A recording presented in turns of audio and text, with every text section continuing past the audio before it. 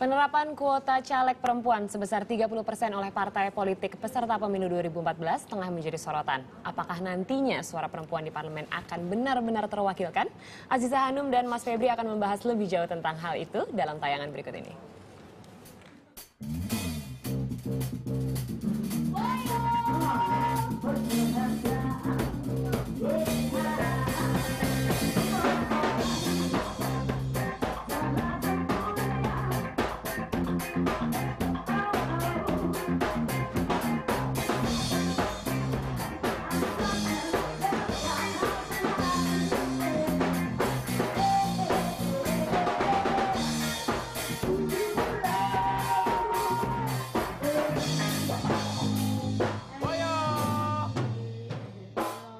Kok berhenti?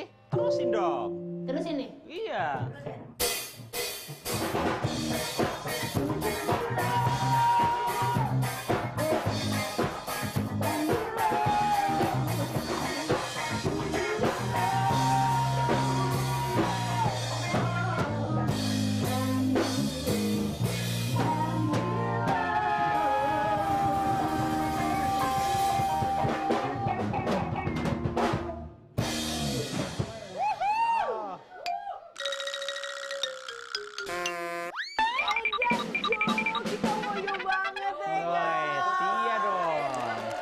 Tapi bentar, ada yang aneh nih. Kenapa? Mas, dari tadi main apa itu kok belum dicolokin? Hah? Ya. Oh iya, ya maklum lah. Makanya. Saking bersemangatnya aja, biasa itu. Saking antusiasnya. Langsung aja ya. Grup band apa ini namanya nih? Sebut saja Melati. Sebut saja Melati. Ih, cuma nonton berita kriminal di TV gitu. Oh iya. Suara disamarkan. Suara disamarkan. Sebut saja Mawar dan Melati begitu. Ngomong-ngomong reggae itu kan biasanya identiknya dengan cowok yang rambutnya keribu-keribu gitu kan. Bah. Tapi ini cewek-cewek cantik-cantik semua nih. Dreadlock. Nah, makanya aku kira girl band nih. Oh iya. Luar biasa, baru tahu nih aku. Iya, Mas, tapi ngomong-ngomong kagak gelap tuh dari tadi.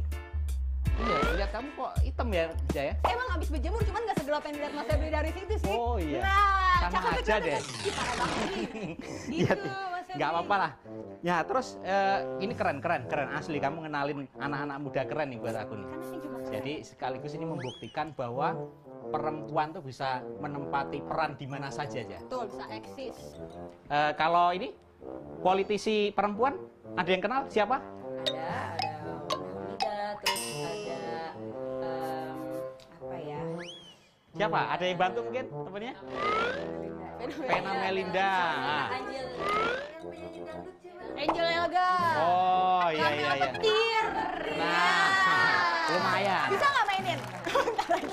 Ya jadi memang sekarang ini fenomenanya kan ini menjelang tahun politik itu memang KPU, otoritas penyelenggara pemilu kita yang namanya KPU itu mensyaratkan bahwa setiap parpol harus ada keterwakilan perempuan sampai 30%.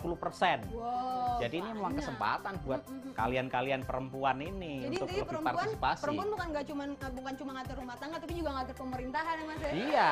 Nah ngomong-ngomong aku mau nanya nih, kalian kan kita banyak punya wakil rakyat perempuan nih, Iya. perempuan punya wakil rakyat di Senayan nih, Iya. politisi perempuan yang duduk di Senayan. Sudah merasa diperjuangkan nggak sama mereka hak-hak kalian mungkin atau kepentingan perempuan? Mungkin kalau secara keseluruhnya pasti belum ya. Tapi sebagian dari hak kita memang sudah terpenuhi. Apa yang sudah dirasakan? Contohnya? Contohnya? Misalnya mungkin kayak kekerasan dalam rumah tangga, kayak gitu udah apa kasus-kasusnya sudah bisa ditangani dengan baik lah sama ini. Jadi lebih Nonton berita juga di biasanya web. kan mungkin ya wanita dalam kekerasan itu dianggap lemah dan segala macam kayak gitu. Cuma dengan adanya pemerintahan ada yang ngebela kita bahwa komunitas tuh nggak bisa ditindas seperti itu dan bisa. Febri Hanum dicari ternyata di sini toh. Aduh. Febri Hanum katanya mau pergi. Ini udah jam berapa tuh? Iya. Jadi aku maaf. memanfaatkan waktu supaya lebih woyo gitu, jadi main woyo-woyo dulu, main reggae gitu. Buat di pantai ya? Iya. Nah ini Mbak ini kenalin Oke. teman-teman ini grup band reggae Mbak. Oh, Satu halo, tema dengan Assalamualaikum pelesiran kita di pantai warahmatullahi. nanti. Oke, nanti mereka ikut? Iya ikut. Wes, keren. Nah, teman-teman ini Mbak Oki ini adalah salah satu Sri Kandi Senayan. Ya, jadi perempuan yang jadi wakil rakyat. Kita akan tanya-tanya soal politik dan perempuan, ya. Wes. Nah, Mbak Oki kan kalau kita bicara politik dan perempuan ada dua hal nih, yaitu suara para perempuan tuh ketika pemilu dan juga wakil rakyat yang perempuan seperti Mbak Oki ini. Arti pentingnya apa sih dua hal itu, Mbak? Iya, yang pertama tentu kalau perempuan milih perempuan, artinya insya Allah semakin banyak perempuan sebagai legislator. Tapi kenapa sih kok perempuan perlu milih yang perempuan juga, meskipun juga ada prianya? Karena memang Undang-Undang Pemilu mengamanahkan 30% jumlah anggota DPR itu harusnya perempuan. Karena memang Feb, Hanum, dan juga teman-teman band reggae ini, persepsi perempuan sama laki pasti berbeda. Misalnya nih, ketika ada RDP mengenai ASI, tahu nggak RDP? RDP apa? Baru mau nanya. RDP apa, Boki? rapat dengar pendapat. Jadi rapat yang bisa dilihat oleh umum dan yang datang itu bukan menteri. Siapapun kan boleh ngadu ke DPR tentang ASI waktu itu, organisasi ASI. Itu ASI yang tahu nggak kamu? Tahu yang keluar air susu ibu. Oke. Silakan Mbak Oki.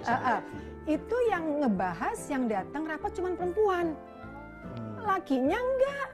Artinya memang bagaimana perempuan ataupun pria melihat kesejahteraan perempuan itu berbeda.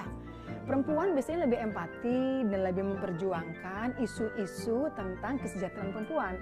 Sementara laki kalau kita amati lebih bersibuk diri dengan politik, dengan senturi misalnya, hal-hal yang sifatnya memang dipolitisasi gitu. Jadi memang beda, Feb. Aku mau nanya nih, Mbak.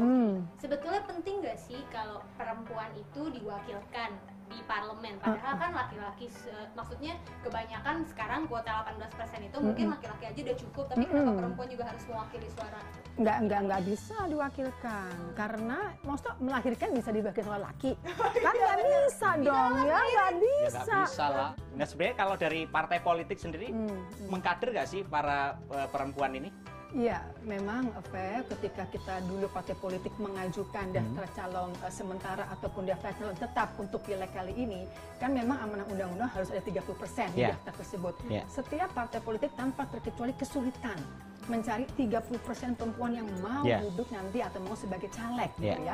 Itu saja sudah mengindikasikan bahwa memang di luar sana belum banyak perempuan yang mau terjun ke ranah politik. Itu yang pertama. Yang kedua, untuk kaderisasi sendiri, saya yakin pasti setiap partai akan masih terasa sekali bahwa yang seperti saya katakan, kita masih suka terbawa dengan permainan para pria di sana, sehingga isu-isu gender, isu-isu perempuan, baik dalam hal anggaran, baik dalam hal legislasi, baik dalam hal pengawas, itu kadang-kadang memang yang saya rasakan masih minim. Tapi bukan berarti tidak ada, hanya saja mungkin gaungnya itu belum sebesar gaung-gaung yang sifatnya masih politik. Mbak Oki terakhir nih Mbak Oki, mungkin ini kan sebelum kita pergi ya, dengan kaum hawa muda ya. kita di sini ya. Nah mungkin apa nasihat Mbak Oki buat mereka supaya lebih jangan apatis lah sama politik dan mungkin pemilu juga gitu. Oke, bahwa kalau mau berubah dari tangan kita sendiri. Artinya jangan golput, pilih siapa yang Anda kenal begitu. Karena kalau kita golput, perubahan nggak akan terjadi. Dan satu lagi, jangan protes kalau golput. Mbak Oki tadi ini katanya bisik-bisik sama saya, dia punya satu lagu yang judulnya One Vote for Better Indonesia. Gimana kalau kita? Tunggu dulu Mas. Ya itu kan tagline kita. Ya kan? One Vote for Better Gimana kalau Indonesia. kita dengerin Oh Mbak Oki boleh, ini, boleh. Ya? Oke lah, ayo langsung lah. Saya pindah ke situ nih. Iya. Oh oke. Mbak Oki mau di mana nih?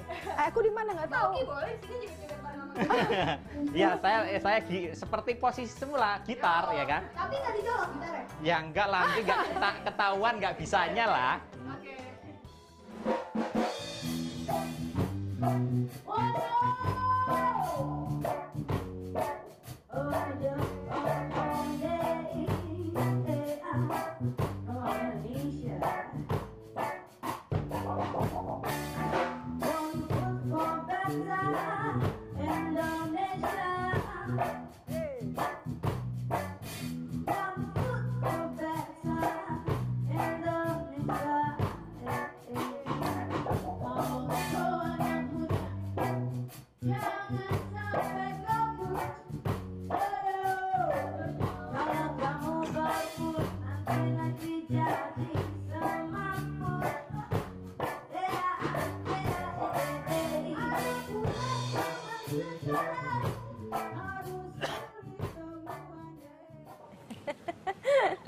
Keterwakilan perempuan itu akan menjadi topik perbincangan kita. Tapi betul loh teman-teman, kalau misalnya di pemilu 2009 lalu, keterwakilan perempuan itu di parlemen itu hanya 9%. Dan sekarang trennya sih memang meningkat 18%. Cuma ini pun juga masih ada masalahnya. Kenapa? Ada orang-orang yang mengatakan bahwa ya dari 19% itu mungkin hanya 10 saja yang berkualitas. Gitu. Berarti sebenarnya peningkatannya hanya sekitar berapa tuh?